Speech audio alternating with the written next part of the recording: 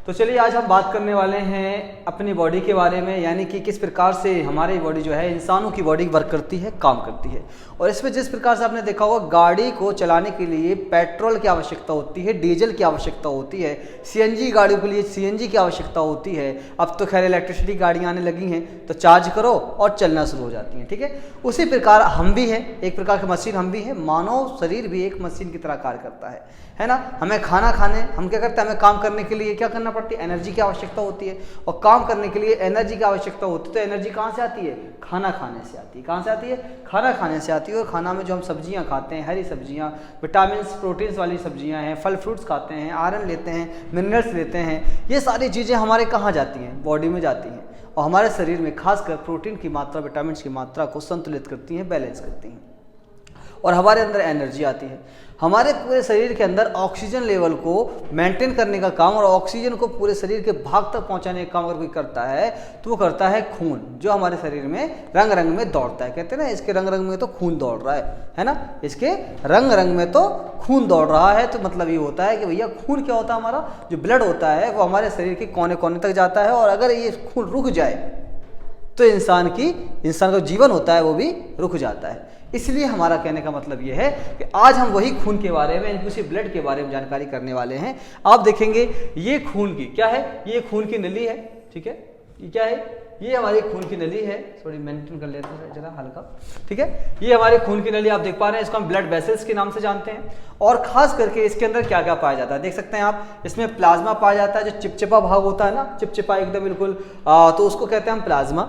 उसी में पाया जाता है व्हाइट ब्लड सेल्स, यानी कि आप देख पा रहे हैं ये क्या है, इनको हम बोलते हैं श्वेत रक्त कोशिकाएं। ये सफेद सफेद आपको दिख रही हैं, ये श्वेत रक्त कोशिकाएं, यहाँ पे मैंने दिखा रखा है, देखें ये श्वेत रक्त कोशिकाएं, ठीक है ना, इनको हम व्हाइट ब्लड सेल कहते हैं। और ये हैं लाल रक्त कोशिकाएं, ये क्या है, इनको कहा जाता है लाल रक्त कोशिकाएं। ये हमारी दिख रही हैं एकदम पेड़े के आकार की, जो पेड़ा होता है ना, खास करके हम लोग खाते हैं, पेड़ा बनता है खोए का, हम चीनी वगैरह खोया और चीनी को मिलाकर बड़ी फसला तरीके से बनाते हैं, एकदम मजा आ जाता है। तो ये है भैया पेड़े के आकार की, देख पा रहे हैं आप। इनमें होता क्या है, इनकी विशेषता है कि इनका आकार जो होता है ना, लाल ब्लड सेल जो होती है, रेड ब्लड सेल जो होती है, आरबीसी जो होती है, उनका आकार क्या होता है कि किनारे पर तो मोटा होता है और बीच में हल्का सा मोटा होता है, कि थोड़ा कम होता जाता है, ठीक है ना। आप देख पा रहे हैं कैसे उभरे हुए हैं और अंदर गहराई सी हो रही है, एकदम बिल्कुल पेड़ों की तरह, है ना। चलिए आखिर का अगर हम बात करें आरबीसी की, तो आरबीसी खास करके देखा जाए इसके अंदर कोई केंद्रक, यानी कि कोई भी इसके अंदर सेंटर नहीं होता है। आरबीसी सेंटरलेस होती है, इसमें केंद्रक नहीं पाया जाता है, ठीक है। आरबीसी में केंद्रक की जगह पे होता है हीमोग्लोबिन, जो प्रोटीन का वाहक होता है। ये प्रोटीन को एक जगह से दूसरी जगह ले जाने का काम करता है, कौन, हीमोग्लोबिन। और आपने देखा होगा शरीर के अंदर हीमोग्लोबिन की कमी होने की वजह से क्या होता है, एक प्रकार का एनीमिया रोग हो जाता है, जिसमें क्या होता है, हाथ पैर सूखे हो जाते हैं और बच्चा मुंडी एकदम बिल्कुल बूढ़ी, मतलब मुंडी एकदम सूखी साखी, दांत वांत बाहर से आ जाते हैं, यहाँ से हड्डियां निकलने लगती हैं और हाथ एकदम सूखे साखे से और पैर सूखे साखे और पेट एकदम बड़का सा हो जाता है ना, बड़ा का एकदम एक बिल्कुल देखा जाए मटके की तरह हो जाता है। तो इसको बोलते हैं एनीमिया, जिसको हम सूखा रोग भी कहते हैं। क्या कहते हैं हम, इसे हम सूखा रोग भी कह सकते हैं, इसे हम सूखा रोग कहते हैं, आ गया, जैसे हम सूखा रोग कह सकते हैं, ठीक है। यह सूखा रोग क्यों होता है, क्योंकि भैया इसमें होता क्या है, इसमें हीमोग्लोबिन की मात्रा कम हो जाती है, यानी हीमोग्लोबिन कमी की वजह से एनीमिया रोग होता है, जिसे हम सूखा रोग के नाम से जानते हैं। और ये कहाँ पाया जाता है, हीमोग्लोबिन ये पाया जाता है आरबीसी में, यानी कि रेड ब्लड सेल, यानी कि लाल रक्त कोशिकाओं के अंदर।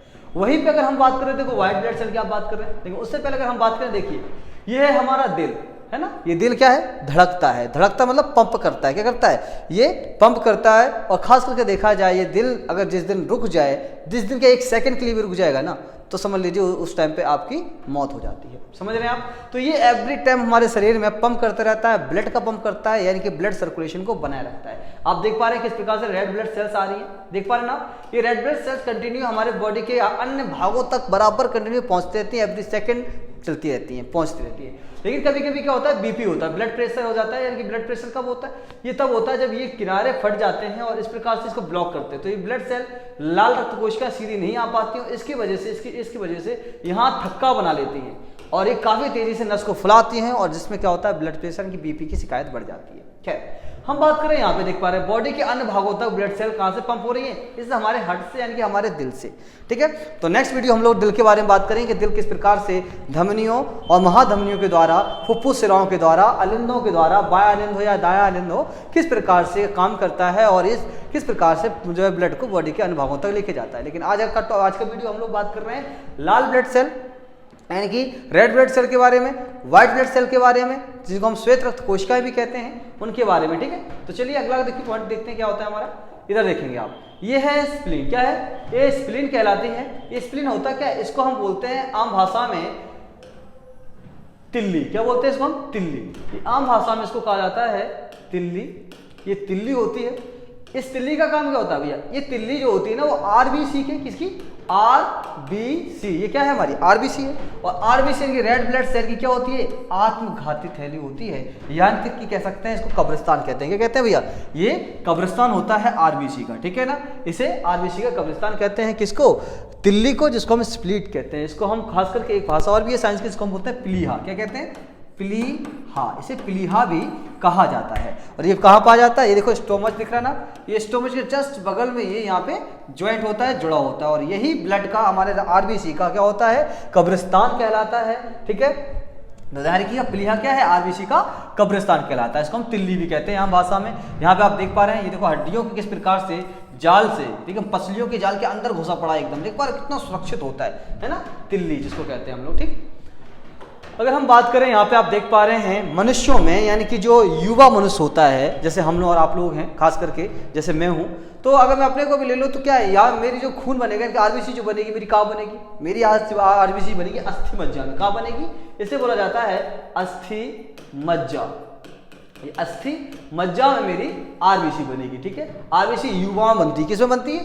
युवाओं में, जवानों में। युवाओं में आरबीसी कहाँ बनती है? अस्थि मज्जा बनती है। देखो हड्डी देख रहे हैं आप, इसमें हड्डी अस्थियां हैं। देखो ये देखो, ये देखो एक प्रकार का एकदम बिल्कुल फर्स्ट क्लास तरीके से आप देख पा रहे हैं। ये है माल इसका, है ना, एक प्रकार माल ही कह सकते हैं। खास करके ये अस्थि मज्जा है। इसके अंदर क्या होता है? यहाँ पे आरबीसी बनती है। आरबीसी का निर्माण होता है किसमें? युवाओं में, जवानों में होता है। वहीं अगर हम जो भ्रूण की बात करें, बच्चे की बात करें, जो छोटा बच्चा होता है, वो बच्चा जब जन्म लेता है, तो जब बच्चा जन्म लेता है उस समय तो उनकी हड्डियां नहीं होती हैं। यानी कि ये हड्डियां देख पा रहे हैं आप, नल्ला, ये नल्ला जब नहीं होता है, नलियां नहीं होती हैं, तब होता क्या है? उस दौरान उस बच्चे में फिर क्या होता है? वहां पे ब्लड कहाँ बनता है? आरबीसी। उस समय जो ब्लड बनता है, बनता है तिल्ली में। कहां पर? प्लीहा में। प्लीहा में, प्लीहा यानी कि जो भ्रूण बच्चा होता है उसका ब्लड कहाँ बनता है? आरबीसी कहाँ बनती है? आरबीसी बनती है प्लीहा में। और जवान जो बच्चा होता है, युवा जो होता है, उसका आरबीसी कहाँ बनती है? अस्थि मज्जा, जिसको हम हड्डियां कहते हैं। ठीक है ना, अगर हम बात करें यहाँ पे आप देख पा रहे हैं, वैसे मैंने बताया आपको कि आरबीसी के अंदर सेंटर नहीं होता है, यानी कि केंद्रक नहीं पाया जाता। लेकिन ये तीन जीव देख पा रहे हैं आप, जिसको हम बोलते हैं कैमल, यानी कि ऊंट की बात कर लें, है ना, ये ऊंट रहा, ये जिराफ है और ये लामा है। ये क्या है? इसको हम लामा कहते हैं। इनमें, इनकी आरबीसी में, इनकी आरबीसी की अगर हम बात करें, इनकी आरबीसी में क्या होता है दोस्तों? इनकी आरबीसी में सेंटर पाया जाता है। इसके आंसर क्या होता है? सेंटर इनमें पाया जाता है, केंद्रक पाया जाता है। और वहीं अगर हम बात करें, यहाँ पे आप देख पा रहे हैं हाथी। ये हाथी यानी कि इसमें सबसे बड़ी आरबीसी पाई जाती है।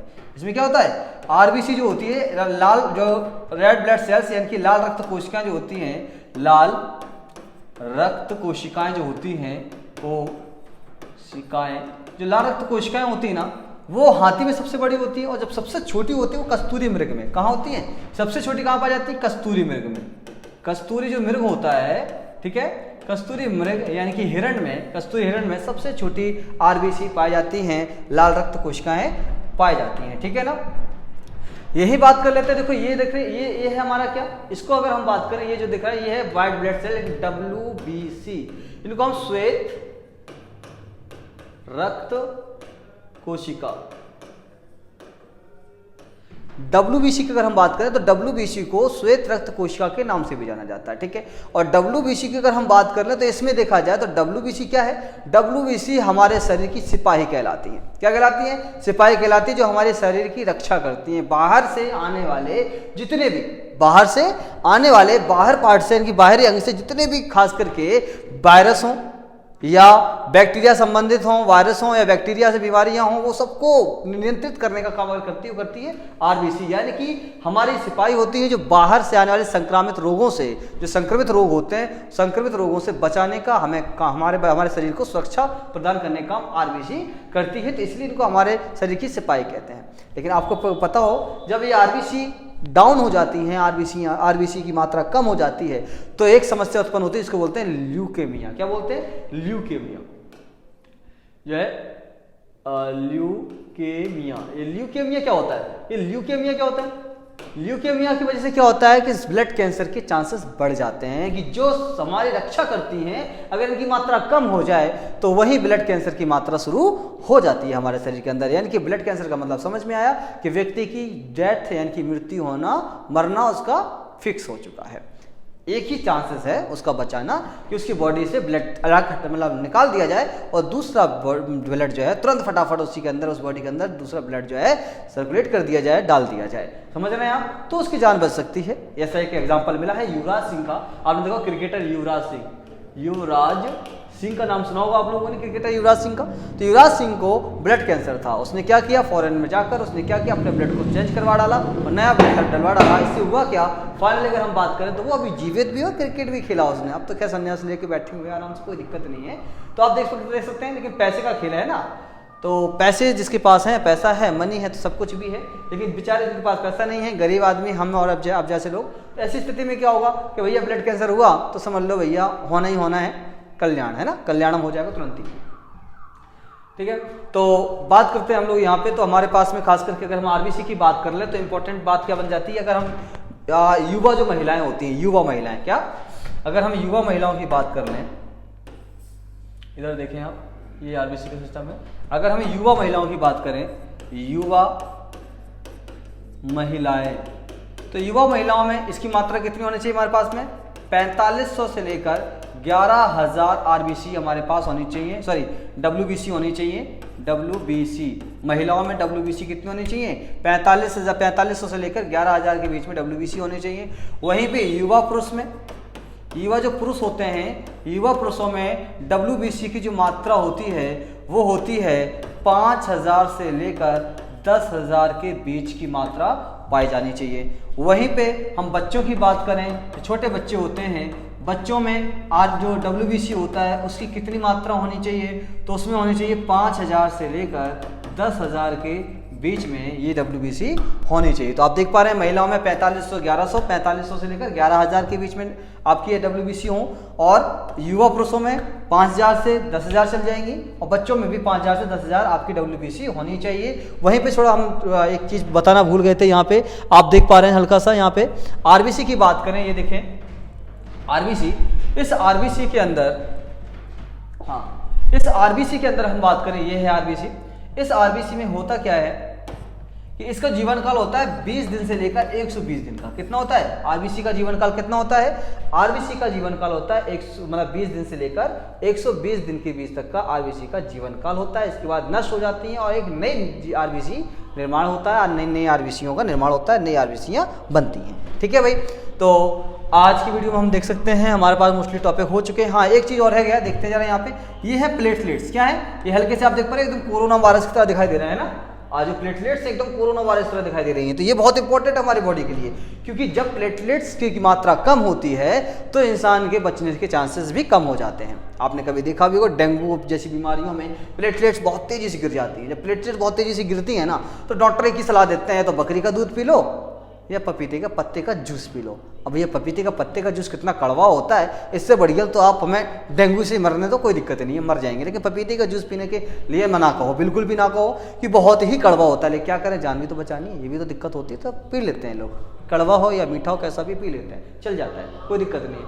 तो भैया प्लेटलेट्स की मात्रा भी एक फिक्स होती है हमारे शरीर के अंदर, कितनी? कम से कम 1,60,000 से लेकर 3 लाख तक की जो होनी चाहिए। 1,60,000 से 3 लाख तक के बीच में अगर आपकी प्लेटलेट्स हैं, आप सेफ हैं। और अगर इससे कम होती जा रही हैं तो मिनिमम आप दे सकते हैं, अगर 25,000 से नीचे आ जाती हैं तो व्यक्ति खतरे में नहीं, महाखतरे में पहुंच जाता है। और ऐसी स्थिति में कोई अच्छा ही डॉक्टर होगा, बेहतर डॉक्टर ही होगा जो प्लेटलेट्स को रिकवर कर सकता है। अदरवाइज उसका तो वही हो सकता है जो आप सब जानते ही हैं, अंतिम संस्कार करना।